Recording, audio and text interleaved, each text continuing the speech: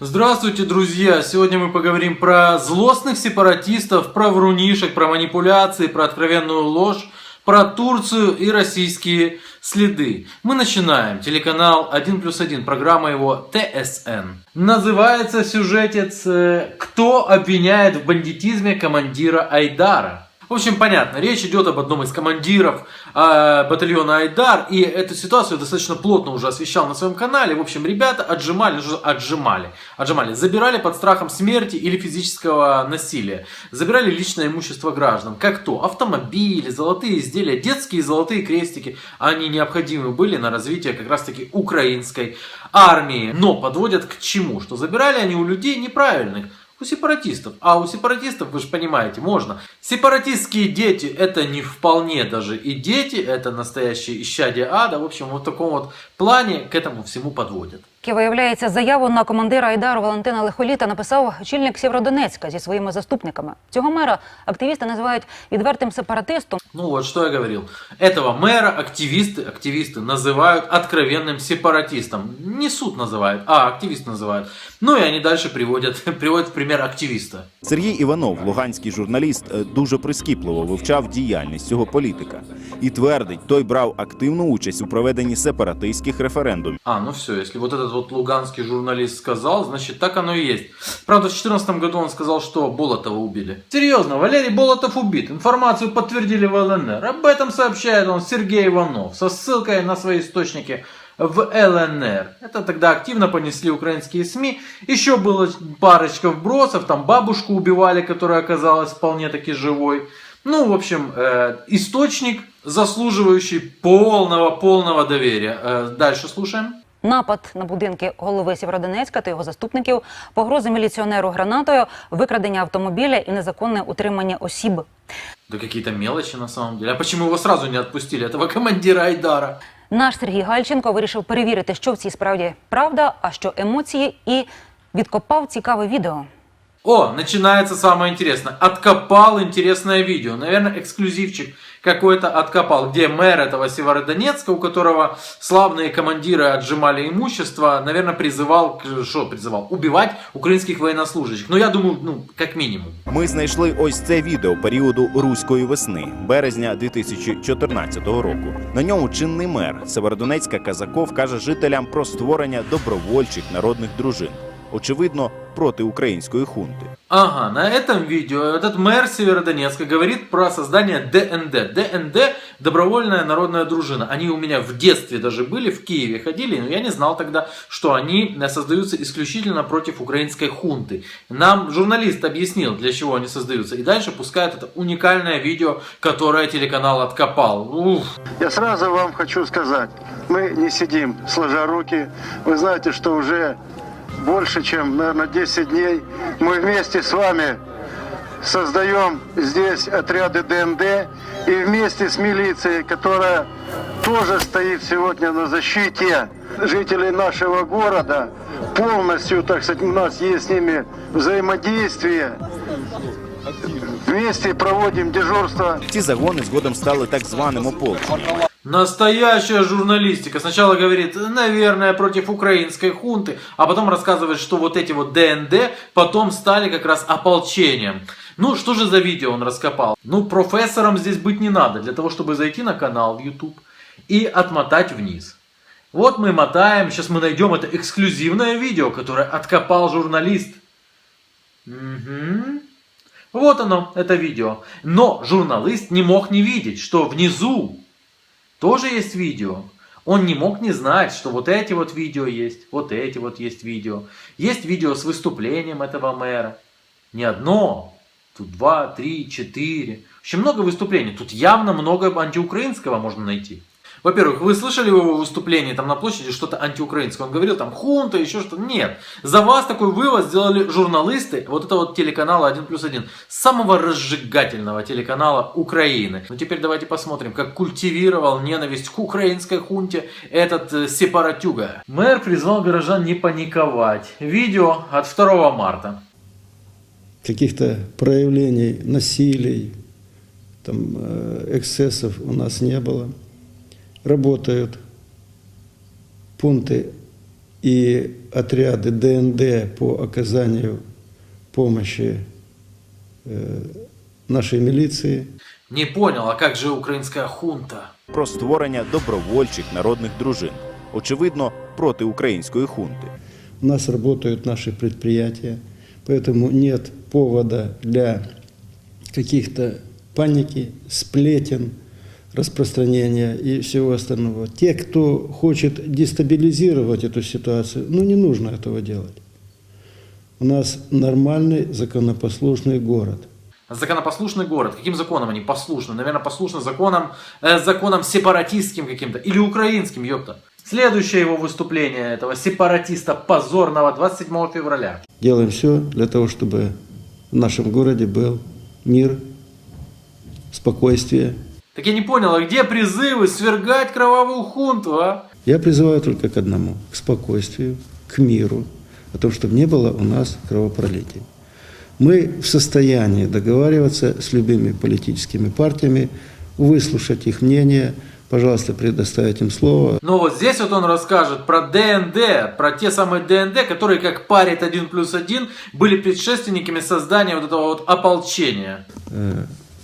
Есть закон Украины об участии граждан в охране общественного порядка и государственной границы, где четко расписано, как жители Украины, как жители Луганской области, Северодонецка могут принимать участие. А так это по законам Украины создавались, что там 1+1 парил. Про створення добровольчих народних дружин.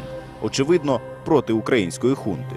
Да, потому что 1+1 это детище Коломойского. Все шохи, что прибежали в суд вытягивать командира Айдара, это шохи Коломойского. Все их эксперты, все, кого они туда тянут, блогеры, всякие известные в узких кругах. Это все шохи одного человека. Бенито Муссолини. То есть сегодня это абсолютно законная форма существования. Никто там не вооружается, у нас есть милиция, которая в соответствии с законом. Да ладно, все, хорош отмазываться. Как сказали на телеканале 1+1, ты являешься сепаратистом. Поэтому достойны были твои дети, чтобы у них забрали золотые крестики. Ну и кольца там и все такое прочее. Чтобы потом командир Айдара ходил в симпатичных жемчужных бусиках. В общем, а теперь мы переходим к Турции. Кровавый теракт в Турции и, рука Кремля, понятно. Нога. І про кривавий клубок Туреччина і діл Росія знову заговорив цього тижня світ. Можно по-другому сказать. Снова не замолкает мир про руку, ногу, ухо, нос и прочие части тела Кремля. Тільки на в понеділок турецький президент Ердоган надіслав примирливого листа Путіну зі співчуттям щодо збитого російського СУ. Як у вівторок, теракт в головному аеропорту Стамбула. Вообще внимательно следите за логикой. Как только Эрдоган отправляет миролюбивое письмо, сразу же теракт получи, пожалуйста. А где логика, спросите вы? А зачем это Путину, получая миролюбивое письмо, сразу устраивать кровавый теракт? Подождите, может быть сейчас распутается. Это логический клубок. 45 загиблих. Здається, до чого тут Москва? Адже турки щойно вирішили помиритися. Але в загиблих смертників знайшлися паспорти російські. Во-первых, симпатично, когда у тебя на экране написано 44 погибших, говорить 45 округлило, в общем-то. Но про российские паспорта вот здесь вот поподробнее. То есть, все-таки российский след, рука Кремля. Ну а замість наляканих вибухами європейських туристів на сонячні турецькі береги вже готові знову ринути пляжники з Росії. Їхній президент дав дозвіл, ніби знаючи, що там вже безпечно. Ты чё, королева логики? Ребята, еще раз задумайтесь. Она говорит о том, что это рука Кремля. Ну да, правильно, намекает всеми возможными способами. Говорит о том, что как только получает Путин письмо миролюбивое, сразу же теракт. И как только теракт, сразу же Путин говорит, там безопасно. А в чем логика? А может быть они когда-нибудь что-то другое говорили? Смотрите, 21 февраля 2016 года к терактам в Турции может быть причастна Россия. Хто стоїть за виконавцями? Бо ниточка розслідування легко приводить до Кремля. Любая ниточка любого расследования неминуемо приводит в Кремль. И ниточка от чего угодно. Распутай трусы ее, распутай, понимаешь, распутай этот клубок, поцелуй меня в лобок. И обязательно придет ниточка, приведет в Кремль, к Путину. Кто виновен в сотне смертей в Турции 11 октября 2015 года? Ми повернулися із відчуттям, що сирійське вогнище поширюється. хтось підпалює вже і Туреччину. Кто-то поджигает Турцию. Догадайтесь, кто с 2 раз. Показово, що теракт стався саме в той час, коли президент Туреччини Таїп Ердоган виступив проти втручання Росії у сирійський конфлікт і навіть пригрозив розривом дипломатичних відносин із офіційною Москвою. Вот и все. Как только он сказал, что разрываю все, сразу же Путин ему на тебе получить теракт. А сейчас, как только он сказал, мы миримся, так он Путин ему тоже на теракт. У Путина на любое предложение, на любое высказывание ответ один: теракт. На, получи тебе теракт. А дальше барышня привязывает уже Крым к турецким терактам. Чи не стало російське захоплення Криму лише початком такого от глобального плану Кремля? Є про що подумати. Но если есть чем думать, то можно подумать. А дальше вернемся к основному сюжету, с которого мы начали. И это уже свеженькое. И там про Ахмета Чатаева. Вчера еще о нем никто не вспоминал, а сегодня вспоминают все. И это очень интересно. Пристають до них і загартовані військовими кампаніями в різних країнах бойовики. Як Ахмет Чатаєв на прізвисько Однорукий. Цей громадянин Росії, продукт кривавої війни Кремля в Чечні, втік звідти і пристав до іділу ще 3 роки тому. Продукт кровавой войны Кремля в Чечне убежал оттуда и присоединился к ИГИЛ. Ну, а больше они не рассказывают вообще, что происходило с Чатаевым до того, как он уже официально, и Штаты это признали, присоединился к ИГИЛ. Но мы к этому обязательно придем. Хотя вы, наверное, уже слышали. Вот версия телеканала ICTV. Кровавый теракт в Стамбуле, спецслужбы. Или российский след. Конечно, российский след. Тю. Турецька влада організатором терактів вважає вихідця з Чечні Ахмеда Чатаєва. Цікаво, що за часів президента Саакашвілі він був заарештований в Грузії. Але в 2012-му нова влада на чолі з проросійським Аванішвілі звільнила Чатаєва з тюрми. А за рік він приєднався до Ісламської держави. Есть! Да это же круто! Пророссийская власть освободила Чатаева. А кто же требовал его выдачи? Да его же требовала Россия выдать. Представляете?